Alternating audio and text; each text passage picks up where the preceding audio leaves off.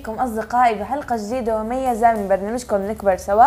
أكيد بالبداية بحب أرحب بزميلاتي دعاء ولين ونتالي وحلا. أهلا وسهلا فيكم. أهلا فيكي. كيف حالكم؟ الحمد لله تمام. أصدقائي زي ما بنذكركم كل حلقة إنه إحنا هلأ بلشنا عد التنازل لحلقة 100 وإحنا هلأ بالحلقة كم؟ 95. أكيد هذا العدد الكبير منكم أكيد وبمتابعتكم الحلوة بدعمكم لإلنا، فأكيد إحنا بنحبكم كثير ونجي لكم تحية كبيرة. طبعا أكيد نرجع نرحب فيكم أصدقائنا ومشاهدينا. نرجع نحكي لكم برضو إنه إحنا هلأ صرنا بالحلقة 95 بفضلكم وبمتابعتكم إلنا، وبرضو موعدنا اليوم موضوع حلو كتير وعنا أخبار للنجوم اليوم وعنا ضيوف مميزين زي دايما. وبرضو نحكي لكم موضوع حلقتنا هو اليوم لو كنت مليونير شو بتعمل؟ وبس غير هيك ايش رح نعمل اليوم الجايين؟ اكيد اصدقائي كلكم بتروحوا تحكوا لنا انتم لو كنتوا مليونير شو عم تعملوا. طبعا انا حقرأ اليوم من صفحتي، فاي حدا بحب برضه يروح على صفحه بنكبر سوا ويعلق عشان احنا نشوف اذا انتم كنتوا مليونير ايش هتعملوا. وبرضه كمان انا نزلت منشور تفاعلي على صفحتي بتروحوا كلكم بتعلقوا عليه عشان نقرا ان شاء الله خلال الحلقه. دعاء كيف حالك؟ الحمد لله تمام. كيفك انتي؟ تمام الحمد لله. طبعا اهلا وسهلا فيكم مشاهدينا. احنا هلا وصلنا الحلقه 95 اكيد بفضلكم وبفضل متابعتكم لإلنا، ويا رب تضلوا معنا ايد بايد لحتى نوصل للحلقه 100 واكثر يا رب. كيفك نتولة؟ الحمد لله. انتي كيفك؟ تمام الحمد لله. مبسوطة؟ اهلا وسهلا لين. اهلا كيفك؟ شو اخبارك؟ تمام الحمد لله. مستعدة لحلقة اليوم؟ مستعدة. زي ما حكينا أصدقائي إنه موضوع حلقتنا لو كنت مليونير إيش هتعمل، بس إحنا مش هلا حنحكي فيه. طبعا عرفتوا إيش صار قبل، للأسف يعني قبل كم من يوم. للأسف طبعا إنه إحنا بطل في أماني كتير عنا بالبلد، بس طبعا هذا يعني أنتوا يعني إحنا بننام بفضل هدول الناس. احنا بننام بنصحى، يعني لولاهم ان كان احنا خلص يعني ما في حياه، كان احنا كل يوم قتل وحرب. بس للاسف هاي الاشياء اللي منتشره عندنا هاي من قله الدين والاشياء اللي مثل هيك، للاسف احنا صار في عندنا حادثه قبل كم من يوم بالكرك. طبعا هي ما بعرف انا القصه بالضبط، بس انه كان فيها استشهد يعني عدد مثلا تقريبا 5 او شيء زي هيك من حماة الوطن. اكيد من يعني الله يرحمهم وانا لله وانا اليه راجعون، بس اكيد احنا من غيرهم يعني اكيد هم ابطال عفوا، هم ابطال واحنا من غيرهم ما بننام ولا بنكون بامان ابدا. شو رايكم بالموضوع؟ يعني صراحه موضوع كتير حلو، وانا طبعا كتير حابه اعزي اهالي شهداء الوطن اللي ضحوا هم تجاه هذا الوطن ليحمونا احنا، وبحكي لهم طبعا ان شاء الله يجعلهم من الشهداء وان شاء الله الله يرحمهم. انت دعاء؟ اكيد طبعا انا بحب احكي انه الله يحملنا الاردن، لانه بدون الاردن احنا هلا مو عايشين بامن وامان الحمد لله. وبحكي وبعزي كل اهالي الشهداء اللي توفوا عنا، بحكي لهم الى جنات الخلد ان شاء الله، ويا رب الله يحفظ لنا كل رجال الاردن وكل حماة الاردن، وتضل الاردن دائما بامن وسلام ان شاء الله يا رب. دعاء هلا بالمناسبه هاي شو رايك تسمعينا قصيده؟ اوكي، انا هلا قصيدتي بعنوان موطني من كلمات الشاعر ماجد الزريقات. كانت تدندن قلت ظلي دندني، لا تستحي صوتك حلو وتجنني. طفلة بطابور صباحي وغردت في المدرسة تغريد بلبل موطني. غنيت معها موطني همس ومشيت، هو صوت بنتي ولا خيتي ما دريت، لكنها بنت أردنية وما حقيت هالصوت هذا يكون إلا أردني. غني غني يا أحلى صوت موسيقي عزف على الأردن اللي شرفت حتى الشرف. دام التغني بالوطن إلنا هدف، أنا بقول الشعر وانتي لحني. كل من ذكر طريق يا أروع وطن، كل من ذكر طريق يا أروع وطن، وقف شعر راسي وقشعر هالبدن. لا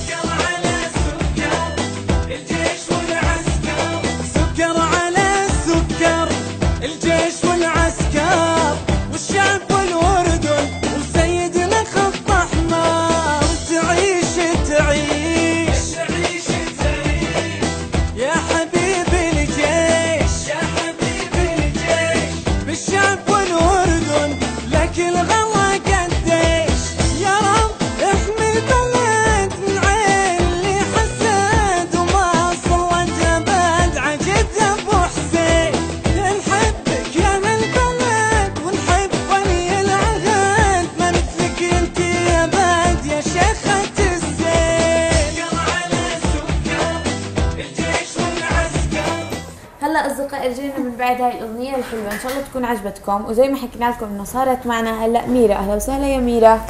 أهلا وسهلا. كيف حالك؟ الحمد لله. عارفين عن حالك، اعطيني اسمك وعمرك وشو هي موهبتك. أنا اسمي ميرا، عمري 5 سنين. موهبتي إني تنشدي. أنشد وأغني وأسبح. حلو. طب مين اكتشف موهبتك؟ ماما. طيب هلا انت باي مدرسه؟ لازم. شطوره. طب متى انت بدأتي تنشدي؟ يعني من زمان كتير؟ طيب شو رايك هلا تسمعينا انشوده؟ محمد نبينا، أمه آمنة، أبوه عبد الله، مات ما رأى. أبو طالب عمه كان يخفف همه، والسيدة حليمة مرضعة آمينة، ولد في مكة ومات في المدينة 12 ربيع الأول من عام الفيل. ما شاء الله. مين حفظك هاي الانشوده؟ المس. شطوره. نجيلها تحيه طبعا المس. طب هلا مين دائما بيساعدك؟ ماما. شطورة. طب انت لمين اكتر اشي بتحبي تنشدي؟ لبابا وماما وأخوي. لا انت هلا مش تنشد اناشيد؟ لمين اكثر ايش بتحبي تنشدي له؟ اي قناه؟ طيور الجنة. شطوره. طيب هلا سمعيني كمان اشي. الأرنب لما مرت لا للأرنب لا إما تسمحي لي روح العب. ماما قالت له لا يا ماما، يمكن يجي لك تلعب، يمكن يجي لك تلعب. هز الأرنب بكتافه وما سمع كلمة إما، راح يتمشى في البر ويقطف ورد ويشمه. شافه الثعلب هجم عليه، صار يركض وهو خوفان، ويتخبى في جحر صغير، وضع الثعلب بالبستان. رجع الأرنب لأمه وعيونه مليان دموع. رجع الأرنب لأمه وعيونه مليان دموع. قالت له تاني مرة خلي كلامي مسموع، خلي كلامي مسموع. ما شاء الله، صوتك كثير حلو. طب انت ايش فهمتي من هاي الانشوده؟ ايش كانت تحكي الأرنوبة؟ الأرنوبة كانت تحكي لأمها بدي أطلع ألعب برا. وأمه ما وافقت وهو ما رد على ماما، صح؟ صح.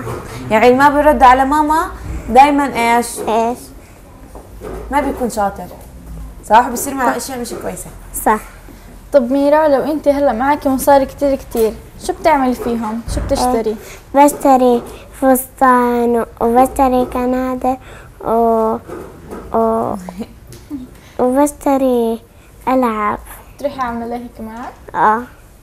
بدك تاخذيني معك ولا لا لما تروحي؟ بدي آخذك. طب هلا لمين بتوجهي تحية؟ يعني مين؟ لبابا وماما وأخوي. ميرا، بتعرفي شغلة؟ عشان انت صوتك كتير حلو بدنا بالنهاية تسمعينا كمان شغلة. الحارة من نشال داخل عالسوق مرة، عنده مشروع احتيال بس مغير الفكرة، عامل حاله معضوب وما فيه يعمل ولا شي، مسكين يقطع القلوب يا دوب بيقدر يمشي. نشال نشال نشال نشال، مو مريحة حركاته لما يكون بين الناس، واخ منها نظراته مثل الوسواس الخناس. مو مريحة حركاته لما يكون بين الناس، واخ منها نظراته مثل الوسواس الخناس. سوري فيك تساعدني؟ طبعا على راسي وعيني. سوري فيك تساعدني؟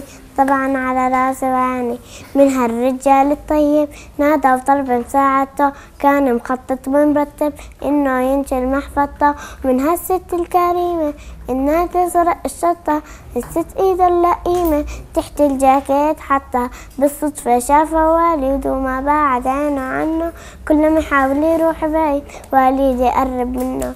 شو يا حرامي يا نشال، اسمع أنا أذكر الجهل، شكله عجبك هالموال، أسهل وأريح للبال. طول بالك طول بالك يا عم، اطلب الشرطة بسرعة، حرامي نائي ما كان عالسجن حابب تكون رجع. إصابة جاويه العقاب، وليد حبيبي يا وليد تسرق معي تعمل فلوس مصاري، اهرب يا حرامي. بده يهرب لكن لا تحاول يا مغفل، راح تواجه العدالة يلا يلا تفضل. بده يهرب لكن لا تحاول يا مغفل، راح تواجه العدالة يلا يلا تفضل. كثير. صوتك كثير حلو. هاي حفظتيها من قناة طيور الجنة؟ مين حفظك إياها؟ بنات عمي. نوجه لهم تحية صح؟ احنا كثير استمتعنا معك اليوم ميرا، وانت صوتك كثير حلو، ونوجه لك تحية كبيرة وبتمنى لك التوفيق يعني وتصيري أكبر منشدة. طيب؟ هلا أصدقائي خلينا نروح مع دعاء وأول جزء من فقرة الأخبار والمراسلين، خلينا نروح نشوفها وراجعين. شكرا حبيبتي لجين وحلا، وشكرا لضيفتنا الأميرة ميرا. بحكي لك حبيبتي بتجنني وصوتك بجنن مثلك. أصدقائنا أهلا وسهلا فيكم من وين ما كنتوا عم بتتابعونا هلأ بفقرة مراسلينا من الوطن العربي وأخبار النجوم. أصدقائنا ما بدي أطول عليكم كثير، رح نبلش بأول مراسلة معنا لليوم، ورح ننتقل للسعودية مع مراسلتنا مرح فيصل. خلينا نروح نشوفها وراجعين. اليوم نصيحتنا راح يكون عن المرض ضغط الدم.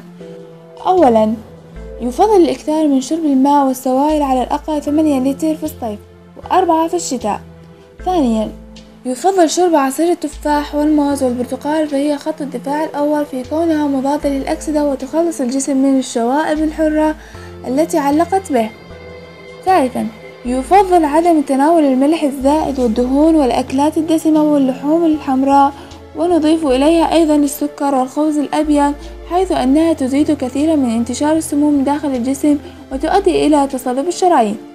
رابعا يفضل عدم تناول الأكلات الجاهزة والمعلبة والمملحة، فهي بلا قيمة غذائية تذكر ومضارها أكثر من منافعها، وعليه يفضل دائما الأكل الطازج. خامسا يفضل ممارسة الرياضة وخصوصا الرياضة الصباحية، فالرياضة تنعش الجسم والتعرق ويخلصه من الأملاح الزائدة، وللرياضة منافع كثيرة جدا للقلب والشرايين. حبايبنا الحلوين، خلصت فقرتي اليوم عن النصائح عامة، وإن شاء الله تكونوا استفدتوا من هذه النصيحة، وانتظروني السبت الجاي بحلقة جديدة. مع السلامة.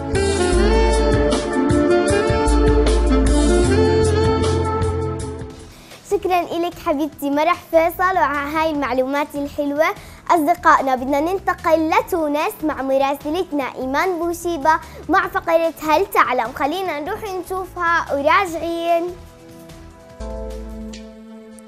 مرحبا دعاء، ومرحبا بكل إخواني وإخواتي المشاهدين بحلقة جديدة من برنامج بنكبر سوا وبفقرة هل تعلم.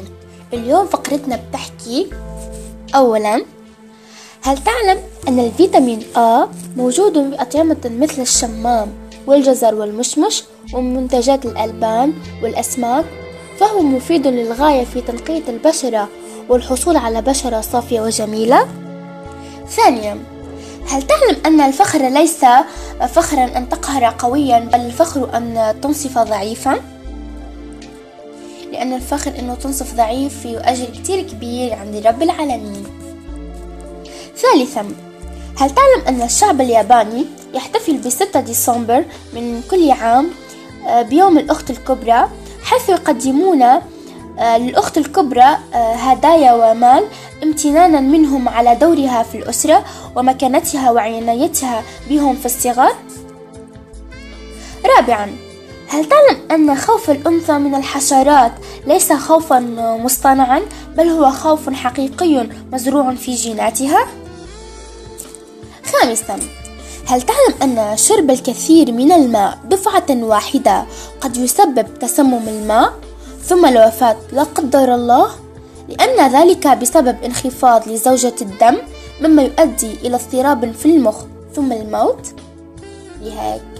لذلك أصدقاء المشاهدين يعني يكونوا حذرين ولا تتهوروا في شرب الماء. أكيد إن الماء هو نعمة من عند رب العالمين، بس لازم نحن نحتاط. وآخر معلومة معنا لليوم وهي سادسا، هل تعلم أن عند بلوغ الإنسان عمر 80 سنة فإن قلبه يكون قد نبض ما يقارب 3 مليارات مرة؟ وهيك أصدقائي بنكون وصلنا لختام فقرتنا لليوم. كانت معكم إيمان بوسيبة في فقرة هل تعلم. بنرجع لك دعاء لنكمل باقي فقرات المراسلين من بنكبر سوا. باي باي.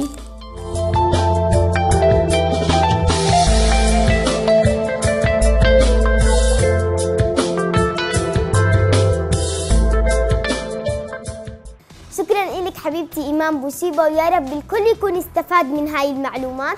أصدقائنا بدنا ننتقل للأردن مع مراسلتنا رنيم إبراهيم، واللي رح تحكي لنا عن عالم من العلماء. خلينا نروح نشوف عن أي عالم رنيم رح تحكي لنا، وراجعين. السلام عليكم، أهلا وسهلا فيكم بسبت جديد وفقرة جديدة وعالم جديد. والعالم اللي رح أحكي عنه اليوم هو أبو علي الحسن بن الحسن بن الهيثم، عالم موسوعي إسلامي. ولد عام 965 ميلاديا في البصرة في العراق.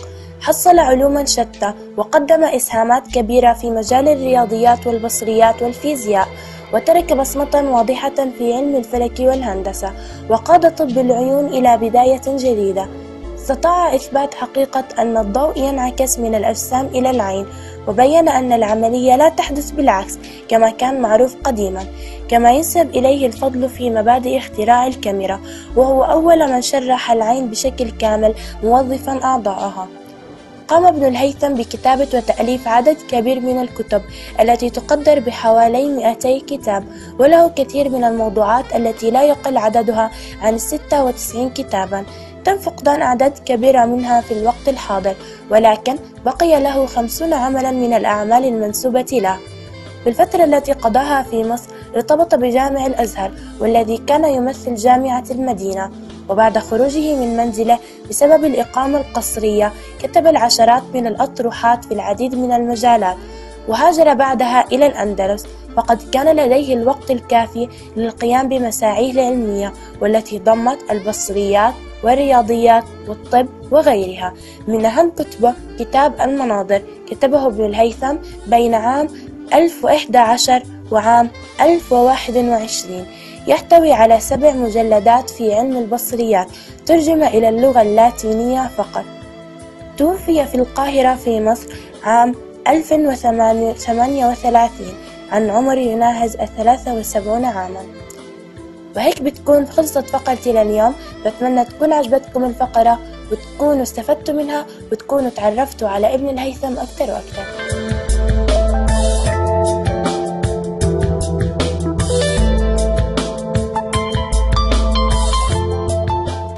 شكرا لك حبيبتي رنيم إبراهيم، وهذا العالم يا رب الكل يكون استفاد من معلوماته. أصدقائنا بدنا ننتقل للاستوديو الرئيسي عشان نناقش موضوعنا اللي هو لو كنت مليونير.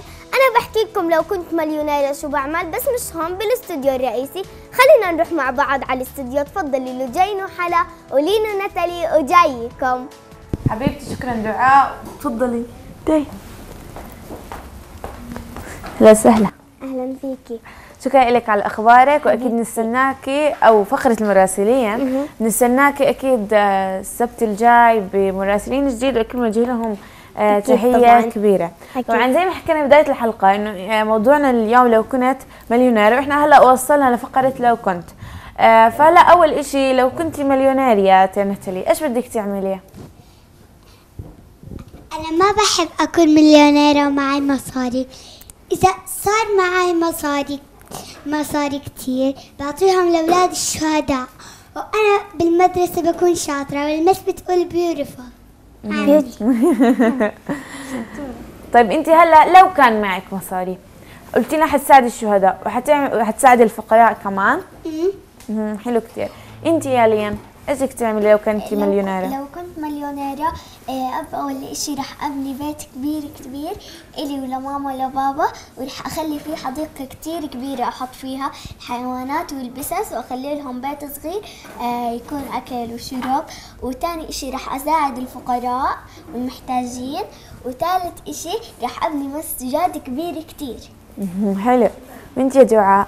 أنا لو كنت مليونيرة أول إشي رح أعمله رح أبني مدرسة تكون بس مخصصة للأيتام والفقراء، ورح أعمل زي مستشفيات يعني حكومية مجانا لا تكون للمصابين، مثل يعني بالمناطق اللي فيها حروب تكون للمصابين وهيك إنه يتعالجوا فيها.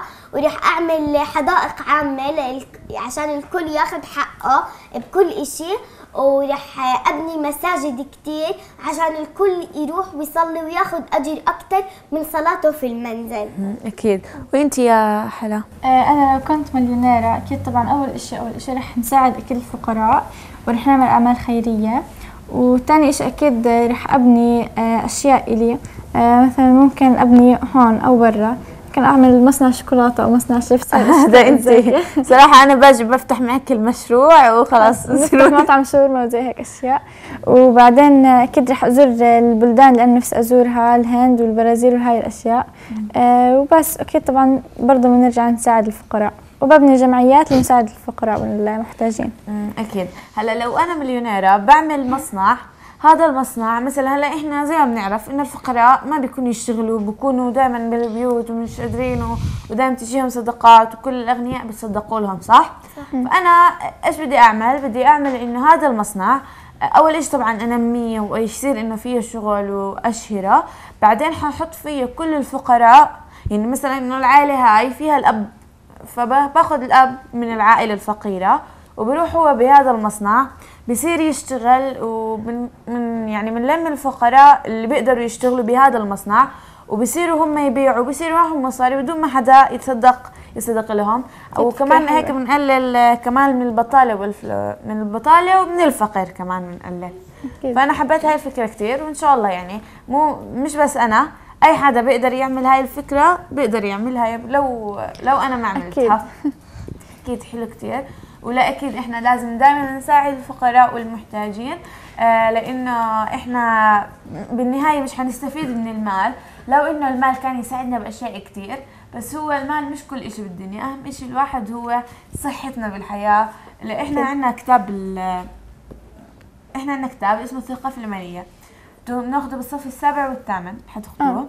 فهذا الكتاب كل شيء بيحكي إنه إحنا كيف نستخدم المال، وإنه كيف لازم نتصرف فيها.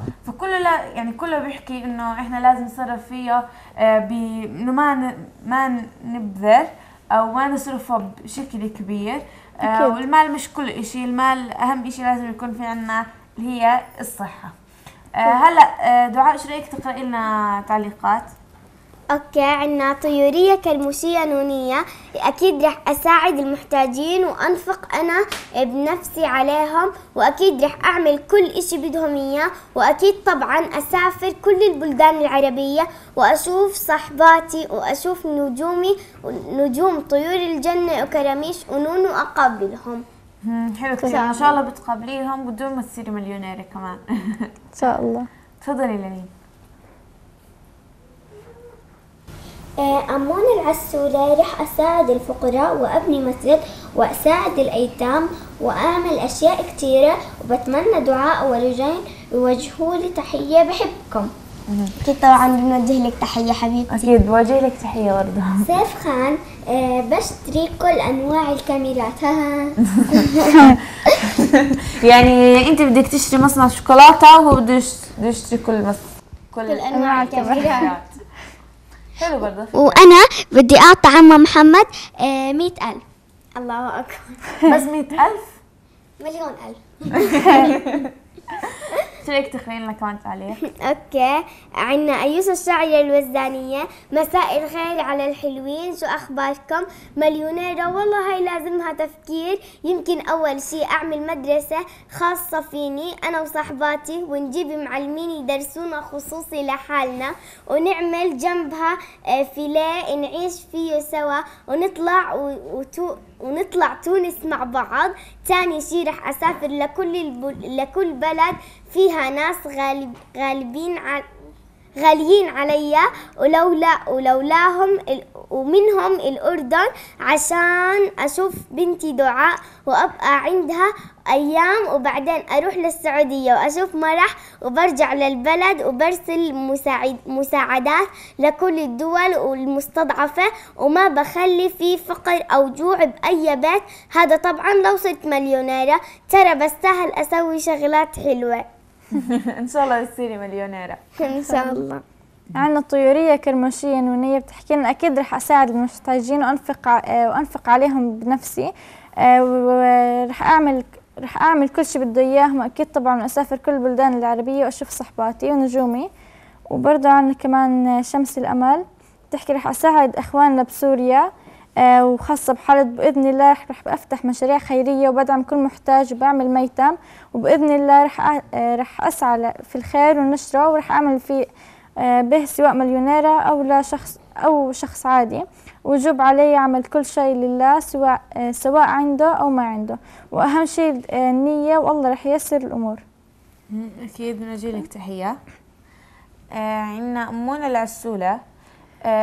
لا هاي قرأناها. خلينا نشوف إسراء. راح أساعد الفقراء والمحتاجين، وساهم في بناء مستشفيات مجانية ومكاتب تحفيظ قرآن، والجزء المتبقي راح أدفعه وأشتغل إعلامية. وأحب أقول لكم إني أنا بحبكم كتير حبيبتي إسراء، وإحنا بنحبك أكتر.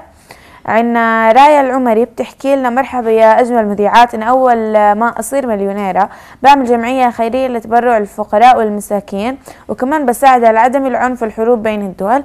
أكيد بنوجه لك تحية رايا، وإشي كثير حلو إنك أنت تخفف من الحروب بين الدول. دعاء تقرأ لنا كمان واحد. اوكي، عندنا نور العيون الساطع. اولا اشكركم على البرنامج والفقرات الاكثر من روعه، وبصراحه لو كنت مليونيره راح ابني مستشفيات ومساجد واساعد المحتاجين. احبكم وبدي تحيه من حلا خان، وشكرا. حلا خان كمان بوجه لها تحيه. هلا دعاء شو رايك تروحي تشوفي لنا الجزء الثاني من فقره المراسلين، وبعديها أصدقائي حتكون معنا ضيفتنا صفاء الياسوري. خلينا نروح نشوفك يا دعاء، تفضلي.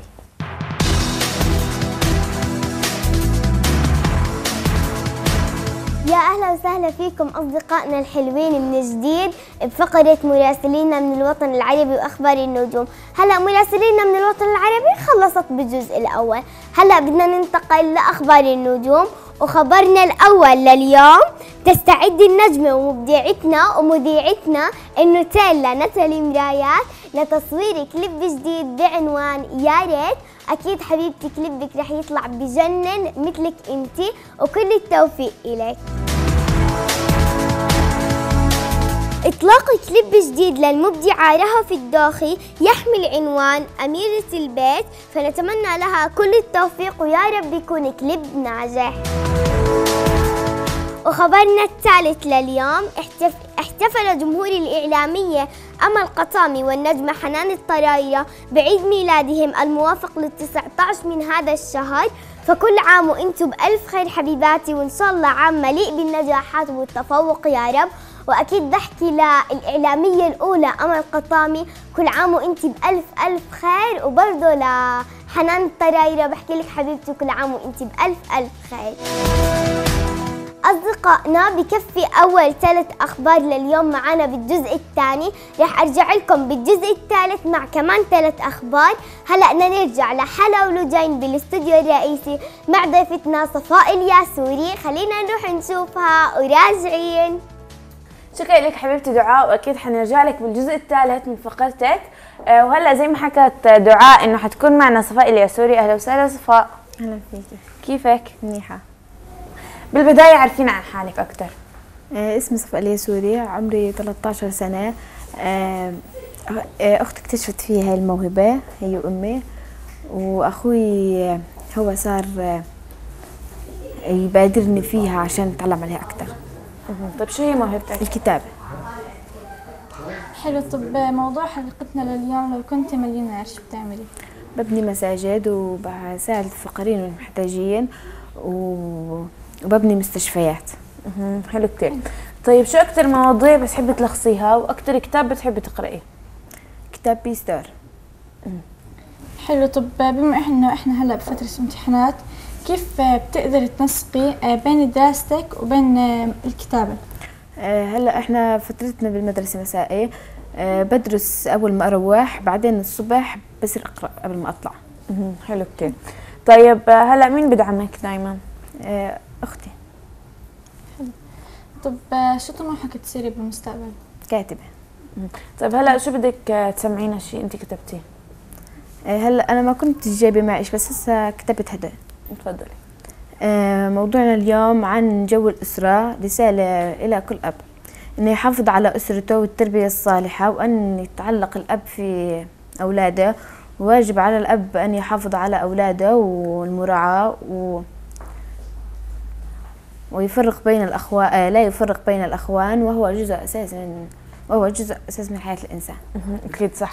وأكيد أصدقائي بذكر لكم إنه هي هلأ كتبته لأنها هي نسيت تجيب معها، ومش إنها نسيات، ما كانت تعرف، بس مش مشكلة. وهي هلأ كتبت لنا هدول بس كتير حلوين، والصراحة كتير حلوين، يعني إنه بيطلع منك أشياء حلوة ما شاء الله. حلو. طب هل أنت مسجلة بتحدي القراءة العربي صح؟ شو اللي خلاك تسجلي فيه؟ المعلمة اللي عندنا قالت لي أنت عشانك بتكتبي فراح تفوزي فيه أكيد، عشان هيك تسجلي فيه. حلو. طيب هلا شو هي الأشياء اللي شاركتي فيها غير تحدي القراءة العربي؟ احتفالات المدرسة. حلو. طب عن إيش أكتر إشي بتحبي تكتبي فيه؟ إيش أكتر إشي بتحبي تكتبيه يعني؟ شو الموضوع يعني؟ عن العلم. حلو. طيب هلا عندك موهبة غير التلخيص يعني تحبي تمارسيها دائما؟ طب بالنهاية لمن حابة توجهي تحية؟ لحبيب قلبي وروحي أخوي محمد. أكيد بنوجه له تحية برضه لأخوك محمد. وإحنا كتير نشكرك. لو كان معك كمان شيء كان سمعناه بس مش مشكلة. أكيد في عندك أي شيء بيقدروا يتواصلوا معك الجمهور فيه؟ مش مشكلة، بس أكيد هم كثير انبسطوا إنهم شافوكي، وإحنا بنوجه لك تحية وبنشكرك على إبداعك، وإن شاء الله بتصير أكبر كاتبة. هلا خلينا نرجع مع دعاء والجزء الثالث من فقرة أخبار ومراسلين نكبر سوا. خلينا نروح نشوفها وحنرجع. وأهلا وسهلا فيكم مرة ثالثة. رجعت لكم بالجزء الثالث بفقرتي لليوم. أصدقائنا هاي رح تكون آخر مرة برجع لكم فيها فقرتنا لليوم. أصدقائنا بدنا نبلش بأول خبر معنا بالجزء الثالث لليوم، واللي هو يستعد فريق قناة نون الفضائية ممثلة بقائدها الأستاذ عمر الصعيدي لإحياء حفل فني ضخم جدا بالمغرب بمدينة طنجة، فنتمنى لهم كل التوفيق. وخبرنا الثاني لليوم بالجزء الثالث اللي هو وصول كليب التوأم والمبدعين جاد وإياد نام بكير الذي أطلق قبل أيام إلى 2 مليون مشاهدة على موقع اليوتيوب في فترة قصيرة جدا، فألف مبروك لهم وعقبال الأجمل يا رب. وخبرنا الثالث والأخير لليوم، أطلق المبدعين عمر الصعيدي ومحمد بشار كليب مشترك بينهما حمل عنوان أنت حبيبي يا نبي، الذي لقي استحسانا كبيرا من قبل الجمهور، فنتمنى لهما المزيد من الإبداع. أصدقائنا يا رب تكون اليوم فقرتنا عجبتكم. أصدقائنا هيك بتكون خلصت فقرتي لليوم اللي هي مراسلينا من الوطن العربي وأخبار النجوم. بشوفكم السبت الجاي بنفس الفقرة، بنرجع للاستوديو الرئيسي مع لجين وحلا ولين ونتالي وجايكم. تقدري تفضلي دعاء؟ أهلا وسهلا.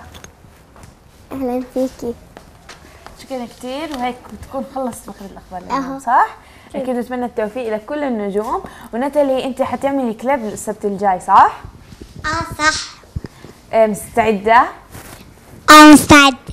طيب انتي عشان احنا بدنا ندربك منيح منيح عشان يطلع الكلاب حلو، شو رايك تغني لنا كمان اغنيه هلا؟ ايش اسمها؟ Make new friends. تفضل. Make new friends, but keep the old.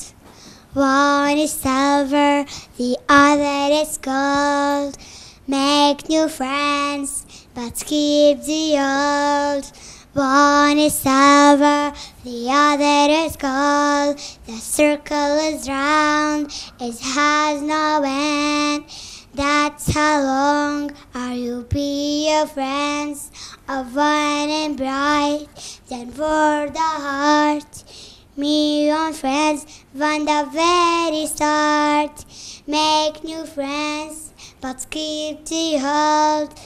One is silver, the other is gold. The circle is round, it has no end. That's how long I'll be your friends of one and شطورة كتير، صوت كتير حلو، يعني معناته انا هيك خلص اكدت انه الكلاب حيطلع كتير حلو. خلاص؟ لين انت تغني لنا كمان انشودة صح؟ بدي اغني لكم اغنية بلاد العرب اوطاني. تفضلي. بلاد العرب أوطاني، من الشام لبغداد، ومن نجد إلى يمن، إلى مصر فتطواني. فلا حد يباعدنا ولا دين يفرقنا، لسان الضاد يجمعنا بغسان وعدنان. الله، صورة كتير وصوتك كتير حلو. صوتك كتير حلو يا لين. وانت كمان حبيبتي. عن جد صوتك كتير حلو. طب خلاص احكي.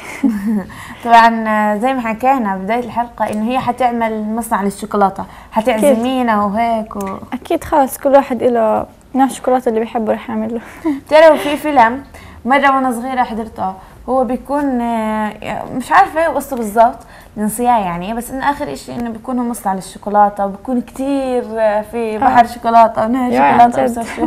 قلت يا الله هذا، يا الله نفسي يكون عندي زي هيك وصار شو، فخلص اي حالة بتحقق لنا بس تصير مليونير. بس نصير عن جد. هلا احنا وصلنا لنهاية حلقتنا اليوم، بحب اشكركم، بشكرك ناتالي ولين ودعاء وحلا، وبوجه لكم تحية كبيرة. شو بتحبي تحكي يا حلا بنهاية الحلقة؟ بحب اوجه لكم طبعا تحية، وبحب برضه بنرجع نعزي الاهالي الشهداء، وبرضه وبحكي لكم الله يرحمهم ان شاء الله. انت يا دعاء؟ اكيد طبعا بشكركم، وبشكركم كثير كثير لانكم ضليتوا معنا ايد بايد لحتى وصلنا الحلقه 95. وبرضه بعزي كل اهالي شهداء الوطن، وبحكي لهم الله يرحمهم، ويا رب الله يحفظ لنا جلاله الملك، ويدوم علينا الامن والامان، ويخلي لنا يا رب كل حماة لهذا الوطن. اكيد. انت يا لين؟ انا بتمنى تكون عجبتكم الحلقه. انتظرونا السبت الجاي. تابعونا السبت الجاي. بدي اوجه تحيه لمستي فاطمه الدويري ولكل صحباتي، وباي باي.